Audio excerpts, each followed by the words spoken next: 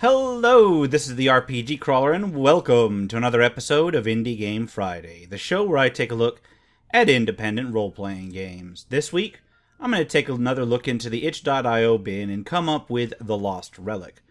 Designed and developed by Wabi and available on a pay-what-you-want basis, this is an exceedingly minimalistic RPG set. The storyline is extremely simple. The people are threatened by orcs, and the only way to save them is to break into this dungeon and recover the lost relic for the king. It doesn't get much more basic than that.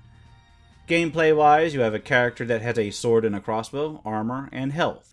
You have a counter for health potions, which are automatically used when your health degrades to a certain point, torches, which provide light and are automatically lit when the prior one burns out, and gold, which you collect from chests and by breaking crates and barrels.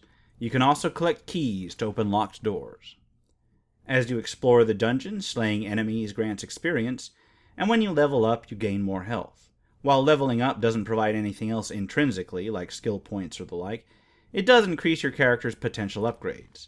During play, you will encounter shopkeepers, where you can spend your gold to purchase health potions and torches, as well as blacksmiths, where you can spend gold to improve your attack power or your defense.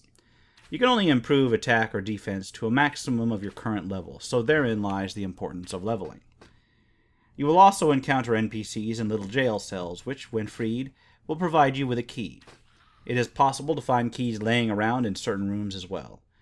Aside from the various monsters, which are moderately interesting, you will also run into physics-based traps. These traps are generally activated by a switch which you have to actively press, so they're more of a boon than a hindrance.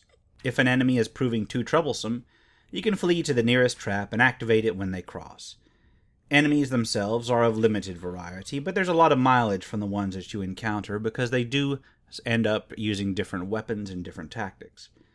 I personally saw various orcs, skeletons, ogres, and these annoying bats that I couldn't target with anything and would periodically swing by to dive bomb me with crap. Literally. Individually, the monsters were nothing too difficult, but the way that they were set up in certain rooms and levels was actually fairly challenging. Of more difficulty were the various targeting issues that stem from the game's interface. You click on things to attack and shoot them, but you also click on things to move there, which means that for many creatures, trying to use ranged attacks on them can be quite difficult. You'll click on them, attack once, and then immediately rush towards them, or you'll just miss them as they walk by and end up walking into them. And that's a real shame because you'll probably need ranged attacks to survive long at all. Graphically, the game uses a simple block approach, though it wasn't displeasing to look at, and the music is by known royalty-free artists. I could have sworn that I've heard most of these sound effects in other places as well. There are a few other bugs considering that the game seems to have been built in Blender, but nothing absolutely terrible. Most of them have to do with doing unexpected things on the title screen and character creation screen, and don't have an impact on the actual game itself. Overall, it was relatively stable. I had no problems running it.